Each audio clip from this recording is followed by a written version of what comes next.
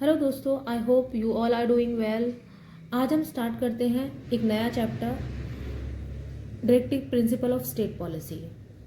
तो सबसे पहले हम जान लेते हैं कि इसका मतलब क्या होता है। डायरेक्टिव का मतलब होता है डायरेक्शन या इंस्ट्रक्शन, प्रिंसिपल का मतलब होता है सिद्धांत। यहाँ पे स्टेट का मतलब है गवर्नमेंट, पॉलिसी का मतलब तो जानते ही हम, जैसे पॉलिसी हमारी गवर्नमेंट बनाती है, बच्चों के लिए अलग बनाती है, प्रेग्नेंट वुमेन्स के लिए अलग बनाती है, ठीक है, अडल्ट के लिए अलग बनाती है। तो पॉलिसी, तो इस चैप्टर का मतलब है कि जब सरकार कोई पॉलिसी बनाती है तो हमारे संविधान में कुछ ऐसे डायरेक्शन मतलब इंस्ट्रक्शन दे रखे हैं कि जिन्हें वो पॉलिसी बनाते टाइम ध्यान में रखे, ठीक है। तो शॉर्ट में हम इसको बोलते हैं डीपीएसपी, ठीक है। डीपीएसपी पार्ट 4 में दिया गया है और ये किसके लिए है? फॉर स्टेट, मतलब गवर्नमेंट के लिए है। ये खाली रिकमेंडेशंस है।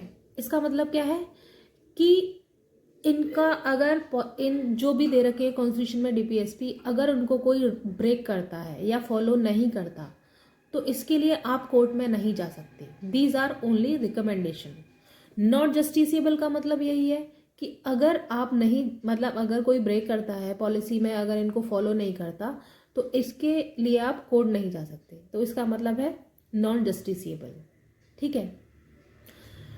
तो चलते हैं एक छोटी सी स्टोरी पे कि इंडिया 1947 में आज़ाद हुआ, लेकिन 1947 से पहले ये एक पुलिस स्टेट था। पुलिस स्टेट का मतलब होता है कि जो ब्रिटिशर्स थे वो अपने फ़ायदे के लिए रूल्स बनाते थे, जैसे टैक्स लगाना, टैक्स लेना, ठीक है।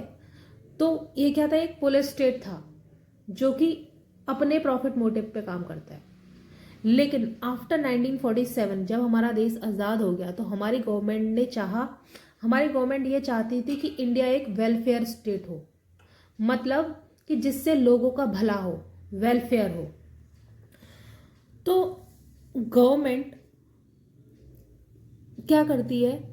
Make a policy bye follow certain guidelines, यानी कि डीपीएसपी का जो मेन मोटिव क्या था कि गवर्नमेंट जब पॉलिसी बनाए तो कुछ गाइडलाइंस को फॉलो करे, और वो गाइडलाइंस किस में दे रखी है? डीपीएसपी पे, ठीक है।